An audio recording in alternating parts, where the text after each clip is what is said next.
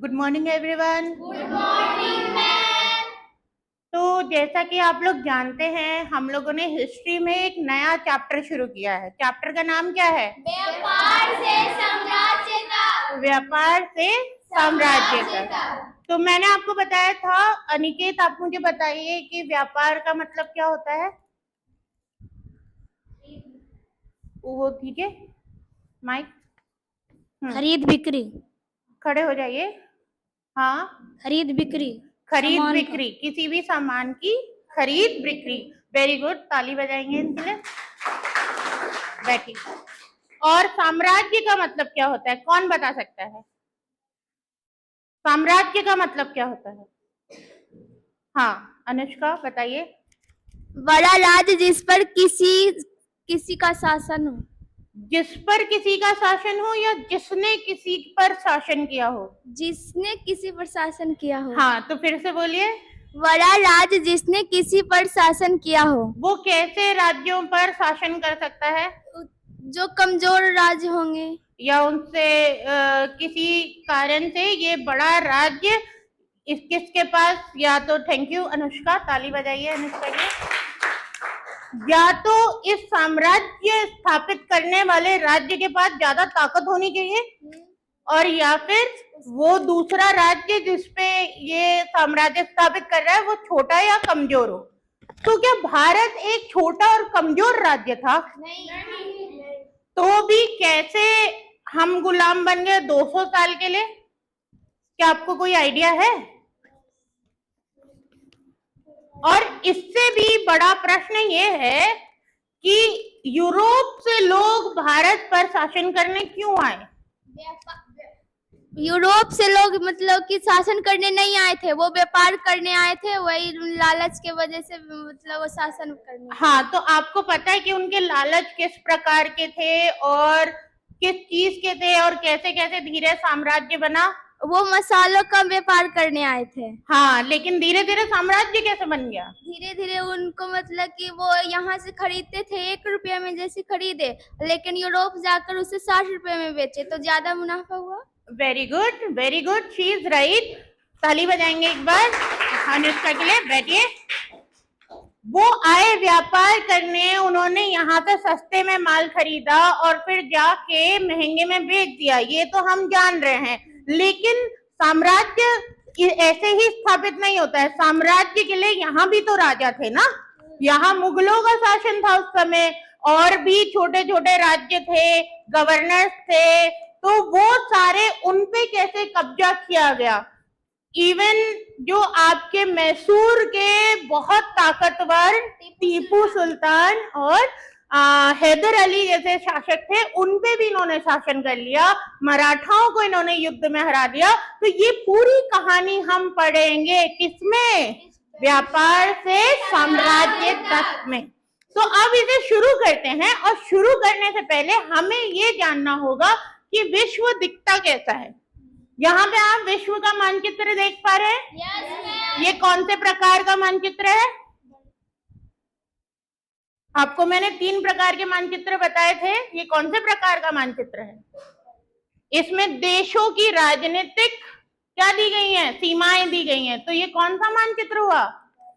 राजनीतिक मानचित्र हुआ। तो मैं आपको अभी विश्व का राजनीतिक मानचित्र दिखा रही हूँ।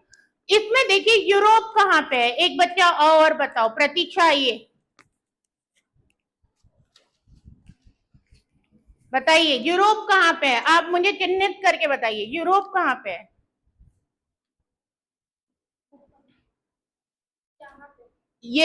ये जो आपको छोटे छोटे कलरफुल देश दिख रहे हैं, ये यूरोप का हिस्सा है। कुछ हिस्सा रूस का भी इसमें शामिल है।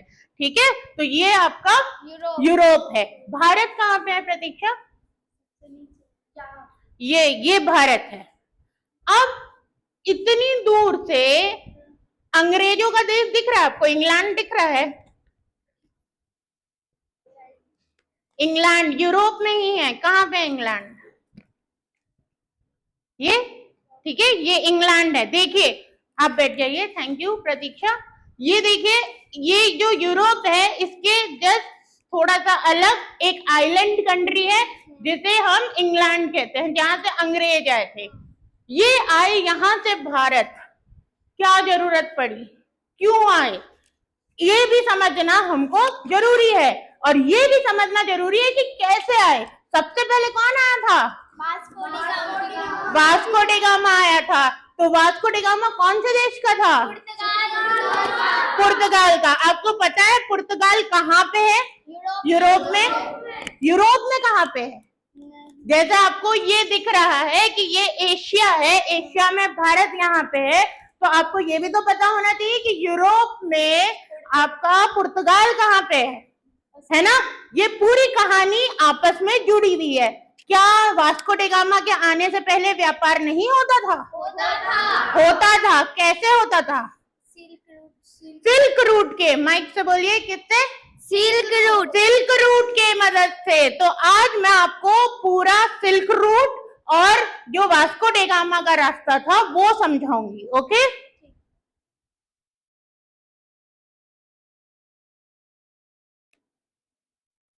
देखिए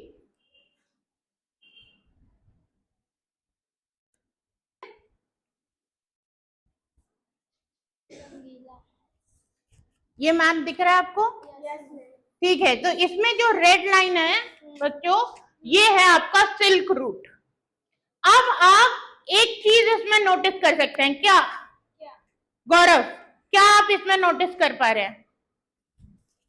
क्या आप इसमें नोटिस कर पा रहे हैं? ये बताइए, सिल्क रूट रेड वाली लाइन है, इसमें आप क्या नोटिस कर पा रहे हैं? कुछ आपको इसमें बन रहा है, माइंड में कुछ आ रहा है? रास्ता है, रास्ता है। कहाँ पे है? यूरोप जाने का। यूरोप जाने का रास्ता है, लेकिन ये पानी है, ये जमीन है, ये रास्ता कहाँ पे है? ये पानी है और ये जमीन है, ये रास्ता कहाँ पे? चाइना। हाँ, चाइना। ये चाइना है और ये इंडिया है, ये पर्शिया है ना? वहां पे यूरोप है, वो यूरोप है जहां तक पहुंच रहा है ये मार्ग।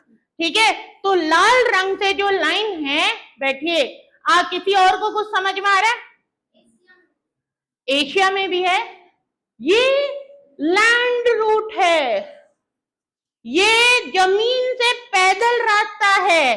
तो सिल्क रूट में उस समय बड़ी बड़ी ट्रेनें नहीं थी, बड़े बड़े ऑटोमोबाइल्स नहीं थे, बड़ी बड़ी गाड़ियां नहीं थी, तो खच्चरों पे, घोड़ों पे लाद के बग्गी में जो आपका सामान है वो भारत से, चीन से और ये जो दक्षिणी एशिया है यहाँ से जाता था पर्शिया होते हुए यूरोप तक।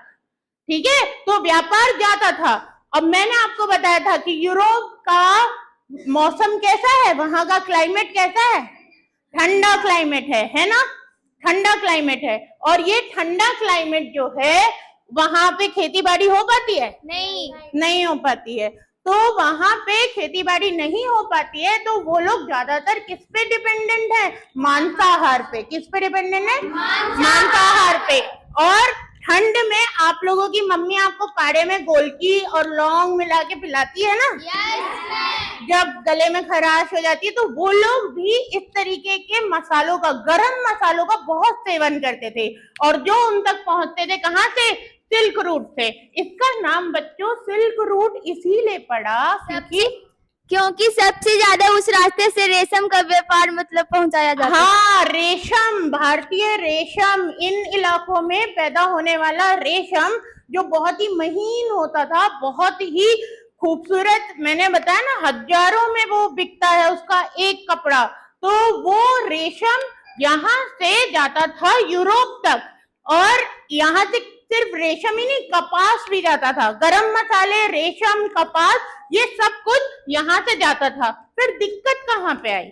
दिक्कत आई बच्चों, परेशानी हुई यहाँ पे कि ये जो पर्शिया है ना बीच में, वहां पे एक अलग साम्राज्य था, उसका नाम था ओटोमन एम्पायर। क्या नाम था? Ottoman empire. अब ओटोमन एम्पायर ने क्या कहा कि ये जो व्यापार हमारे वहां से जा रहा है, इसमें हमें सड़कें बनानी पड़ती हैं, ठीक है, इसमें हमें ध्यान रखना पड़ता है चोरी चकारी ना हो, व्यापारियों के साथ व्यापारियों के लिए बंदोबस्त करने पड़ते हैं।